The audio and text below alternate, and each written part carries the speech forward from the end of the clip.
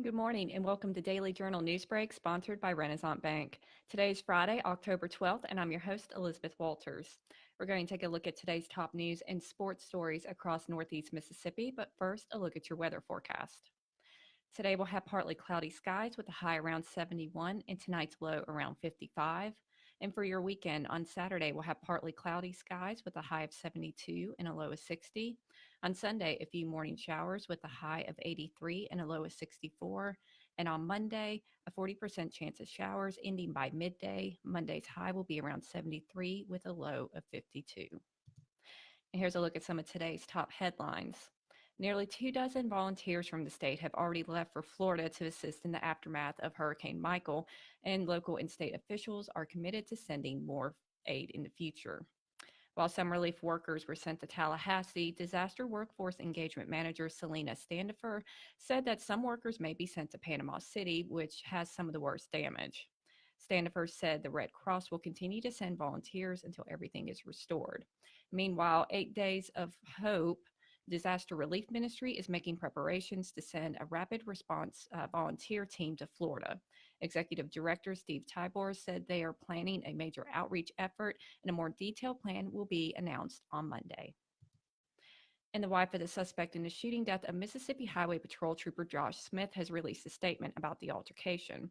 Lori Eaton spoke to Corinth Today on Thursday and said that her husband, Troy Anthony Eaton, was protecting himself and family.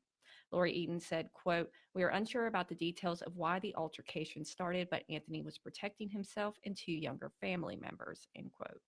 She also asked for everyone to please pray for all the families involved. And Mississippi Department of Public Safety spokesman Warren Strain was not immediately available Thursday evening to respond to the statement, but will continue to follow the story and have the latest at djournal.com. And the Salvation Army is gearing up for the completion of a new homeless shelter, which is expected to open by late December or January. Lieutenant Thomas Johnson said that construction is going as planned, and the new shelter will be able to house 50 residents with several emergency and family apartments. Johnson also said that families in need of assistance who are in the Salvation Army's Pathway of Hope program will benefit from the new setup. Hannah Meharry of Tupelo's Homeless Task Force said that Salvation Army's current facility reaches capacity often, particularly with male beds and also in cold weather situations. The city's Homeless Task Force conducted a census in June to look at the city's homeless population, and it currently stands at 44, with 17 of those homeless individuals unsheltered. And the next census will be taken in January. And it is not yet decided how the current facility, the Red Shield Lodge, will be used once the new shelter is completed. And in sports, Tupelo has another tough test tonight as they're set to host South Panola in Division I 6A play. South Panola is currently 3-5 on the year, but 5 of the Tigers' 8 opponents have 0 or only 1 loss. Tupelo coach Trent Hammond said South Panola has some serious weapons, and that while people say that they're down this year, the fact is that they're still South Panola. They look like South Panola, and they expect to win like South Panola.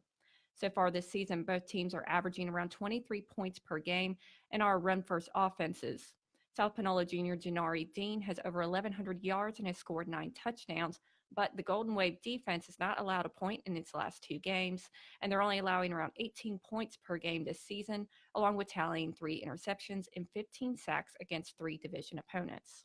And you can keep up with this game and others from our region throughout the night by following the Twitter hashtag DJPreps.